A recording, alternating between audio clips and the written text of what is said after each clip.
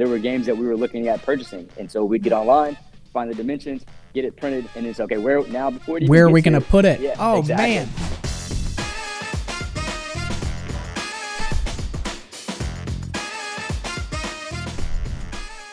Hey everybody, I'm Russ, and this is the Memory Makers Podcast, the show that helps you create amazing customer experiences and make more memories. Today, I do not have my partner in crime, Danny Gruning, with me for our podcast, but I have a very, very special guest. Mr. Scott Logan from Grand Station Entertainment is joining us. Scott, how are you, brother? I'm doing well. Good to see you. Great to see you, man. So excited for us to dive in. Side note or inside baseball for the folks listening to the podcast, we've already been geeking out on some good tips and tricks. So we've got plenty. The pump is primed and we are ready to rock and roll. So Scott, I'm going to start us off with an easy one. For those who don't know of Grand Station Entertainment, y'all are in College Station, Texas. Give me the 30-second kind of rundown of when did you guys open, what has been your journey as an organization and a center, and what's the current state of affairs look like under the hood for you guys these days? Well, first of all, I noticed that you said y'all. That's pretty Texan of you. I don't know if you're. I've got my. I don't have my cowboy boots on today, but I got a pair of Ariats for Christmas. Best Christmas gift I've ever gotten. So awesome. I've got family down in the South, so I'd like to drop it in every now and then. All right, so. You're somewhat Texan, all right. That's right, Texan light. Yeah. So we're in College Station, Texas, home of Texas A&M Aggies. We have bowling, 40 lanes of bowling. Lasertron, laser tag, Creative Works mini golf, really just recently redone. It's awesome. It's a pretty good success story on that. I think we got a testimonial coming out with you guys. It's really great. We have an arcade. We have a sports bar, and we have a cafe seating area. And I think I'm probably missing something, but we do a lot of things in between that. We host trivia nights, and we have Singo. Singo is a new thing. I don't know if you're familiar with that. No. Okay, we gotta tell me about that. Okay, so basically it's bingo, but the songs are playing, and so if a song comes on, you're marking your card. That's so it'll play awesome. Like a little 10-second blurb, and so we'll have an 80s night or 90s night or country western, whichever theme that we're choosing. It's like name that tune and bingo. That is so cool. Exactly. So we had a Taylor Swift night as well. And you know how the Swifties are. They're coming out in force. Packs. That's right. That's so cool. So one of the things, because I want to jump into some of your guys' operations and some of the fun things that you guys do like that. So where do some of those ideas come from? Are you learning from other operators? Are you guys as a staff looking at, hey, this would just be fun to try out and do? What does the experimentation look like when it comes to bringing in some new game night, trivia night, Singo, any of those kinds of things? all of that. We look out. We're part of some industry groups, and we, the team collectively, we have this kind of philosophy. Let's throw it up against the wall. If it works, it works. If not, then there's no harm done. I love that. So we're always trying to push the boundaries. We're always trying to find new and inventive ways to do things.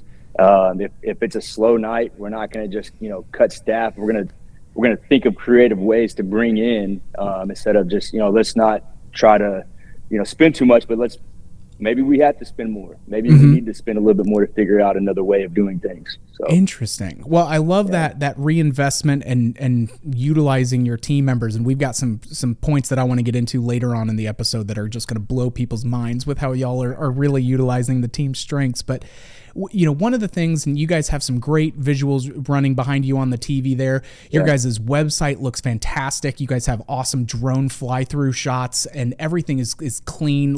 Your social media has professional looking photography on it. I don't know if you guys have a regular staff member that's doing that, or if you're bringing someone in to take regular photos, but you guys are doing so much good content and presence before folks even walk through the door. What does that marketing and kind of content creation look like for you guys? And do you have a team that's doing that? Who's stewarding that ship, and what are you guys trying to capture with that? So we do a little bit of both. We have a marketing company that we partner with that kind of acts as a consultant guide. Okay. And then we have somewhat of a small internal piece that we have for mostly the internal side of things. So we kind of dabble in both. We understand we don't have all the answers. Sure. So we want to make sure that we have um, we're covering all our bases. So the things that Mm-hmm. we're not familiar with, or the things that we don't know, we have people on within reach that can give us the answers that we need and try new things. And That's hey, these things are awesome. working in this industry. Let's try those things. And these things work all the time. So let's keep them with those things. One of the recent things that we started doing is using Snapchat for hiring. Oh, nice. That's, man, I think is just, it's blowing up. It's we get more uh, leads from Snapchat hiring than any other source. It's unbelievable. You got to go where they're at, and they are That's not right. on Facebook. If you're trying to get their mom to get them to sign up for the Right. job, it's That's it. Facebook. Right, right. And we still do that, but it's the moms going to their 16 and 17-year-old kid and say, you Yeah, need to hire here, and that's fine yeah. too. And there's a we can use somebody that on like that on our team, and that's something also that we embrace, is that we're a lot of people's first jobs. And so Yeah. we've taken that serious, that role serious, of how do we equip them better for the workforce, and so we're focusing more on their professional skills and developing them as a person, helping them realize their strengths and weaknesses, and in doing so, they're able to be more effective here. And so Hell if yeah. we recognize we may have them for a year or two, but for that year or two, they're going to be better off because they worked at Grand Station, and Oh, the yields just keep coming in. I mean, 5 years down the road, I mean, if I go back, I've seen several people that are recommending us. Like recently, we hired somebody and they said, "Oh, my uncle said this is the first job I need to have," because it was their uh-huh. first job and it was so much, so great for their growth and development. And people all the time, "Oh, I need to get out of my shell. I need to come here. I recognize that these are my weaknesses, so I want to come here and grow." And Right so, on. seeing that, like, we have a responsibility, and so that's something I've been, preaching to the staff of, hey, pay attention to your team. They want to grow. They want to learn. They want to become better versions of themselves. So let's take that responsibility seriously. Oh man, you are speaking my love language. Danny's going to be so pissed that he's not on this episode, but he's climbing Mount Kilimanjaro right now, so he's a little busy. Is he But really? yeah, he and Kim they left just a couple of days ago, and so they're over. They landed, I think, over the weekend, and yeah, so they're straight up climbing Dude, 19,000 feet. I mean, getting after it. So and he set this up and didn't even mention that, oh, I won't be there. I'm going to be climbing Mount Kilimanjaro. Dude, that's so cool. That's awesome. it's gonna be awesome. I'm so jealous for the pictures and be able to see some Wow. of that stuff. It's gonna be awesome. But I love everything that you were saying as far as pouring into folks, recognizing that it's their first job, teaching them how to push a mop if they need to learn how to push a mop is not a pain point, but it's just cost of doing business with the A lot types of of them, folks that we're a lot trying to of them bring don't in. even, a lot of them don't even know how to talk to adults. They don't know how to Mm-hmm. say yes, sir, yes, ma'am. They don't know how to make eye contact. They don't know Yeah. how to just carry on a conversation. Yeah. And that's something we're actually teaching them, etiquette. That's awesome. So you guys got Yeah. like Grand Station cotillion classes essentially Yeah. in there. So Well, one of the things that started is my dad, whenever I was 10 years old, he made me go to Walmart and I had to greet 10 strangers and look them in the eye and ask them how they were doing before we could leave. And so that's wow. something that we're getting ready to roll out, is that day one orientation is they're going to stand out in the front and they're going to greet people as they walk in and ask them, "Hey, how can I help you?" That And, is and so that's rad. something we're looking forward to. That's really cool. That's going to start taking shape, Oh, and it's really neat to see. I love the tinkering and the constant process evaluation, man. That is Yeah. wicked. So you guys are using Snapchat as a primary means of getting some even just initial responses and gathering folks in. Once you're getting those responses via Snapchat, are you guys doing group auditions and things like that after you vet them a little bit and kind of We extend those invitations? How does that work? Yeah, we've done some of that. Right now, we have a three-step orientation process. The first interview, or not orientation, three-step interview process. Mm-hmm. The first interview, we have a department manager that'll meet with them and we'll check for attitude. Sure. How is their attitude, or do we think they're coachable? Do we think that they have what it's going to take to be able to receive information, Mm-hmm. and are they going to be able to fit in with the team culture? Step two will be the HR manager that's going to be looking at strengths and weaknesses and try to identify which department will be suited and best. Mm-hmm. And then I do all the final interviews, and basically 95% of them I'm going to hire. It's Mm-hmm. just, hey, I'm just kind of setting them off on the right tone of like, hey, you may see people that are, not doing what they're supposed to, but you're able to be set apart. And so by knowing what needs to be done, you're able to climb the ranks faster, get a raise quicker than others. So if you know what needs to be done, you're able to get and act faster and be able to climb the ranks. We promote from within. Yeah. So all of our managers I'm trying to think, all of our managers right now have been promoted from within. And we also have another layer of management above them as a director. And so 7 out of the 8 have been entry-level employees here. And so we want to have that culture of growth and development, and this isn't a dead-end job. Pride in more. Right? Yeah. Oh man, I love that. So then as you guys have your management level and then you also have your director level, what does the coaching look like between those two teams? So what ways do you guys look for? Obviously I love doing even as part of the orientation process, like you've got to greet people and show up that way because that's what's important to the guests, and explaining why we do this because it's helping those guests feel seen and heard and not just a place to spend their time. What then are you guys doing within your different levels of management and leadership to continue to pour in or help them look for ways to grow?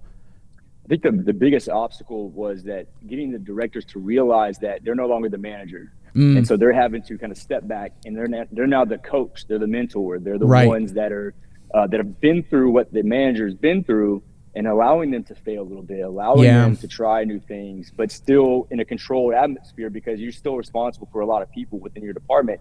So right now we have 150 employees. And so having those people be able to impact the next group of people, is vital to realize that, it's even been hard for me to realize that, hey, I have to take a step back sometimes and not be the one that just fixes these issues and allow these things to kind of work themselves out, allow people to kind of struggle a little bit, because that's how I learned to be able to really rack my brain to come up with a solution. And I think there was a quote somewhere, like when you don't have the resources you need, you become more creative to be able to figure out ways of making things work. Absolutely. So I don't know if that answered your question or not. It totally does. I think the biggest thing, and Danny and I have talked about this in the past as well, is like delegation, right? And how are you backfilling yourself? Because you need people to be able to step up into new roles. But so often it's easy to get caught up in that, and you have to be present and cognizant of it every day. But it's getting drawn of like, oh no, I can just do that real fast, and you don't want to burden them or whatever. It's like, no, this is how they're going to learn and grow. And like you said, skidding the elbows in a controlled environment, having some bumper lanes, for lack of a better term, around some of it where you can still be guided and coached on it. But hey, maybe think about this. Have you thought about this? Asking some good questions as they're doing that, but really teaching your next level of team members that it's delegation, not double dipping into 2 jobs then at that point. Yeah. I mean, well, one thing that I realized too is that when I saw an employee mess up, that I wouldn't go and correct it immediately, but I would see, okay, is it a symptom of something within the process that isn't correct? Is it a training process? Is it the manager is not aware of this issue that may keep reoccurring? Right. And so then I don't go to the employee. If I go to the employee and fix it, it's going to just keep happening. It's you're just putting a Band-Aid on the situation, but you have to correct the process. And so you start seeing things as a process. And then what's difficult with people is because people are different and unique. And we can get into that more, but I think you have to understand your people more too. Because what you say to one person is going to be different to another person, and there may be along the journey a little bit further than the other person. Somebody's going to loves to be coached. You coach them hard. Tell me the hard feedback. Give me the stuff that gets me improving. Others, you have to kind of tread a little bit lighter, and you have to kind of skirt around the issue, but get to the point. Yeah.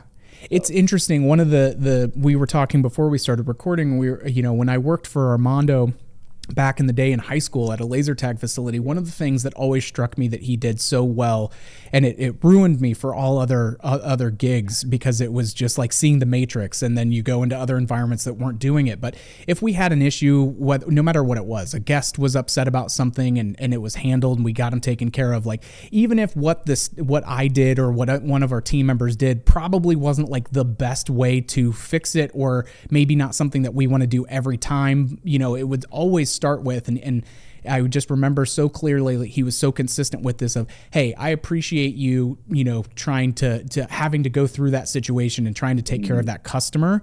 And then asking them, like, what are you seeing that maybe leads to that we need to be aware of as a company, right? And so getting their buy-in and input, because if it is a frontline member that's seeing something that's happening consistently, we start to see, hey, is this a process piece? Is this something else? And you're immediately you're acknowledging and expressing gratitude for them trying, making an effort for it. And you're then holding up the mirror of like, hey, is this us, not you? Like, is this a product or a process issue, not a person issue? And then after kind of getting them to walk through what they think may be parts of that problem or things like that, then it can be, okay, well, if we were to have this situation come up again, like what would be some things that we would want to do differently, that we want to coach the whole team up on, just so we can all be better if that situation comes up. So that way it's not like, it helps them also realize like anybody in your position could have gone down this path. Like it's not inherently wrong, but it's the nature of the circumstances maybe didn't have it be what it needed to be. So you're getting autonomy and empowerment and buy-in with all of that stuff, and then sharing it. Like that is so critical to be able to make that go.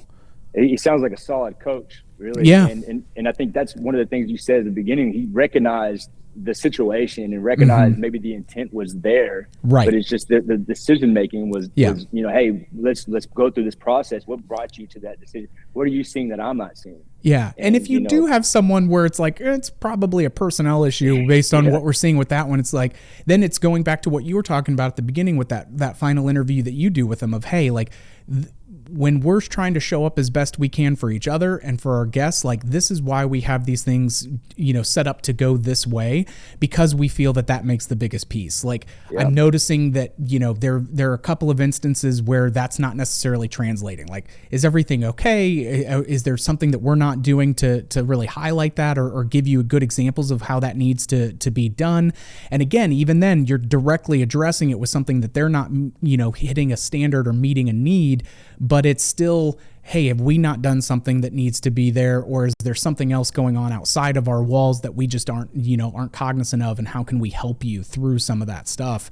And then the final, and then you'll always have your team members that need to be let go to be successful elsewhere, right? Free them to be, because you just can't afford to keep folks that are not gonna, if you're the average of the 5 people that you spend the most time around, you need to make sure that average is continuing to get higher for all of the rest of your team, and that you don't have a low performer that's passing the warm body test. And it's like, hey, okay, they're here and we need the staff member. Like that's a short-term, stopgap that needs to get addressed pretty quick. That's right.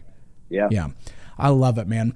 Well, let's dive in, because you guys are doing some pretty groovy things over there that Mike and Danny and I have been nerding out about.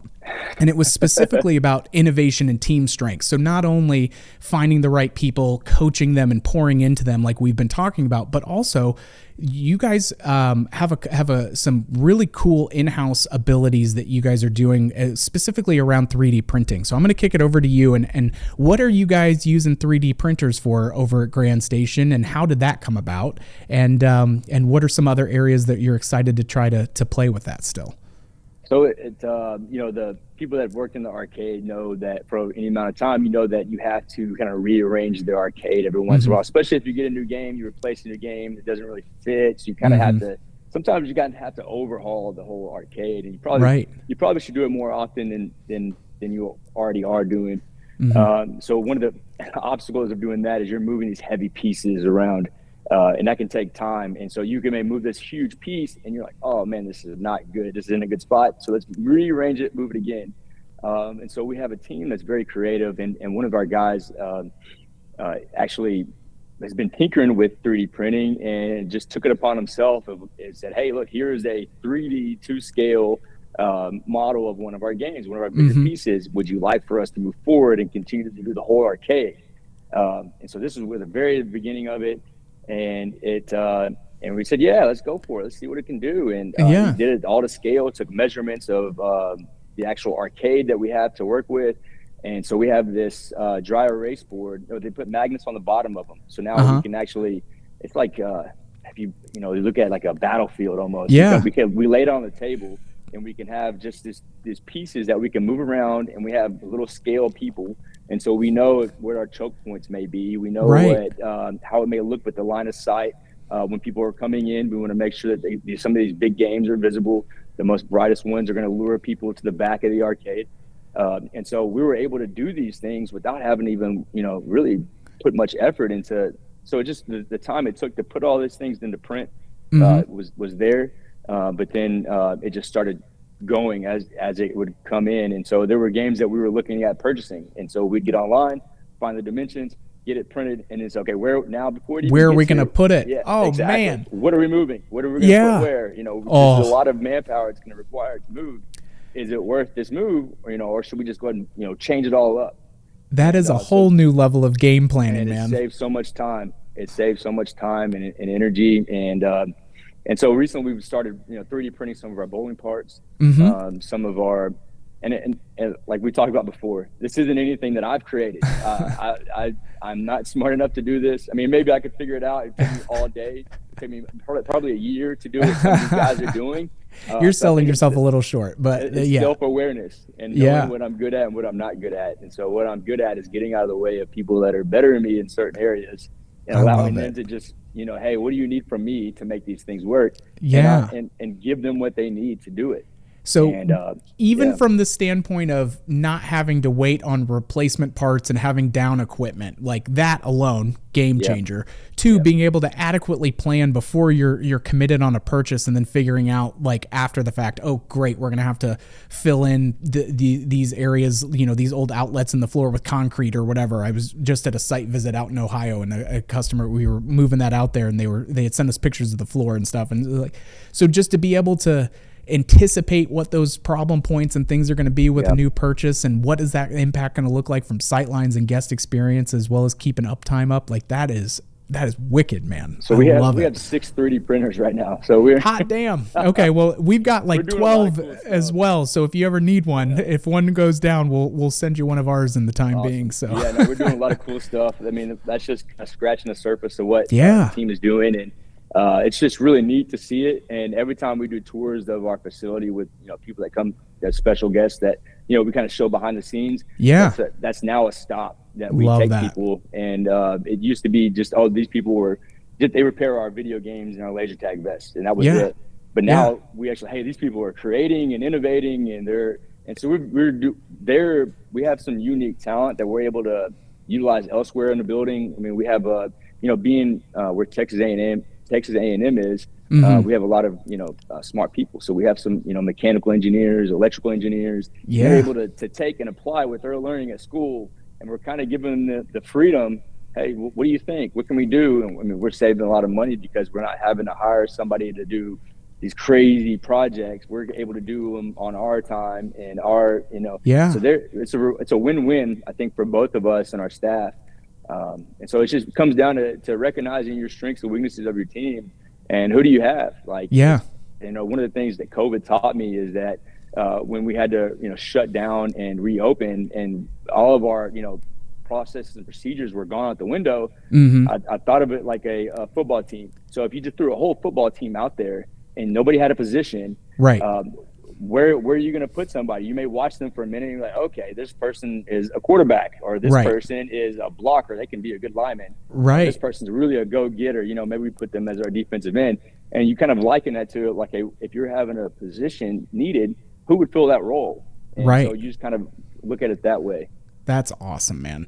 Well, I thought back in the day when we had like our show choir kids and stuff really using their talents for singing happy birthday at a whole different level for the birthday parties and stuff, that was utilizing the talents. But now we've got to get some engineering and some modeling and the whole, arcade dioramas happening, man. That's so cool. Well, I love that. One last thing before we wrap up, Scott. Anything that has been your favorite lesson or best piece of advice that you've been given that you try to implement with your team on a regular basis? I think, like we just talked about, getting to know your staff, what their strengths and weaknesses are, and outside of what they like outside of work. So there's two. The way I like to look at it is there's two parts of conversation in terms of for management or leadership. Is you have relational and you have instructional. And so you need to build relation to be able to get to the instructional. So if you don't have relations, you're not able to relate to them, and you just start barking out orders, they're not going to respond in the way you want them to respond. But if you know who they are, you know what they're going through, you know they're having a hard day, you know that if things aren't right, they're not their normal selves, there's something going on there. Maybe you should explore. Maybe there's something you can help them with. That maybe outside of work, that maybe you have, or you know somebody that can help them with the problem that they may be having outside of work. Absolutely. And so it's just realizing that you have people that they're people, and they're not just employees. They're actual people that need you as a leader to lead them and to help them and to care for them. And so that's one of the biggest game changers when you change your perspective of your staff, of who they are. I mean, they're people, and when you genuinely want what's best for them, it'll show. And they see when you're not being authentic. Yeah. And so you have to be authentic. If you're having a bad day, tell them, say, I'm sorry, I'm short with you. Own it. Like, I'm not meaning to be short. I got a lot on my plate. You know, can you give me 5 minutes and I'll get back to you on that? Yeah. Just reckon you don't have to be this, stoic figure all the time. Be human to them. And so they're going to appreciate that more than you trying to be something you're not. Oh man! All right, we're writing a book, Scott. I'm done.